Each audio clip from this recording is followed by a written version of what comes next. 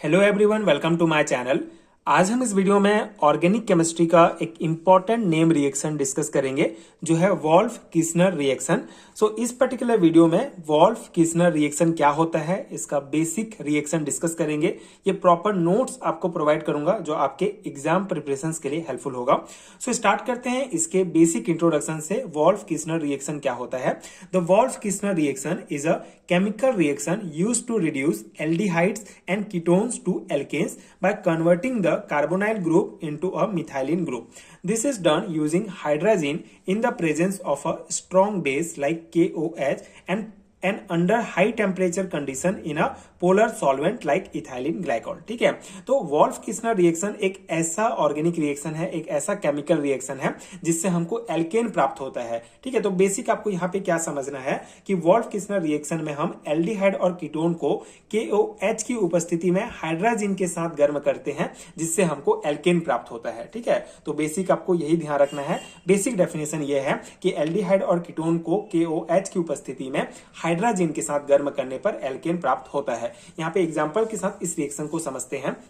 ये है हमारा एल्डिहाइड। ठीक है, ये स्ट्रक्चर है हमारा एल्डिहाइड का, ये हमारा हाइड्राजिन। तो एल्डिहाइड और हाइड्राजिन को जब हम रिएक्ट कराते हैं तो हमको एक इंटरमीडिएट कंपाउंड प्राप्त होता है जिसको एसिटाल्डिहाइड हाइड्राजोन कहा जाता है। ठीक है, अब यहाँ पे रिएक्शन क्या हो रहा है हमारा, यहाँ पे देखिए ये जो CH3C डबल बॉन्ड O और ये H है और ये NH2 है। तो यहाँ पे जो हमारा ये एज इट इज रहेगा, ये CH3 ये H जुड़ा रहेगा ये C के साथ। मेन जो है ये O जो है हमारा ये जो ऑक्सीजन है ये H2 के साथ जो है मिलकर H2O के रूप में यहां से बाहर निकल जाएगा और बाकी हमारा बच जाएगा N और ये N और ये H2। ठीक है, तो यहाँ पे सिंपल सा रिएक्शन हो रहा है। जब एसिटाल्डिहाइड और हाइड्रोजन को हम रिएक्ट करा रहे हैं तो यहाँ पे बाकी सब एज इट इज रहेगा, बस ये ऑक्सीजन और ये H2 मिलकर जो है ये बाहर निकल जाता है H2O के रूप में और बाकी जो हमारा जो बचता है ये है हमारा एसिटाल्डिहाइड हाइड्राजोन। ठीक है, ये हमारा हाइड्रोजन बना। उसके बाद फिर KOH जो हमारा स्ट्रॉन्ग बेस है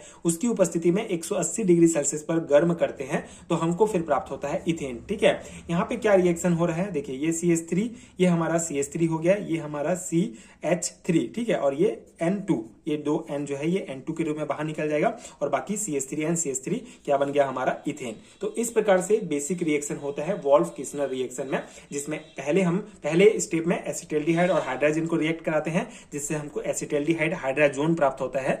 फिर स्ट्रॉन्ग बेस KOH के उपस्थिति में रिएक्ट कराते हैं तो हमको फिर इथेन प्राप्त होता है, साथ ही साथ N2 गैस यहां से बाहर निकलेगा। ठीक है, तो ये हमारा वॉल्फ किस्नर का बेसिक रिएक्शन हो गया। एक और एग्जांपल देखते हैं, ये हमारा एसीटोन है। ठीक है, ये यहाँ पे जब H की जगह हम CH3 लेंगे तो ये हमारा एसीटोन हो जाएगा। तो एसीटोन को अगेन हाइड्रोजन के साथ रिएक्ट कराएंगे तो हमको एसीटोन हाइड्राजोन प्राप्त होगा, एक इंटरमीडिएट कंपाउंड।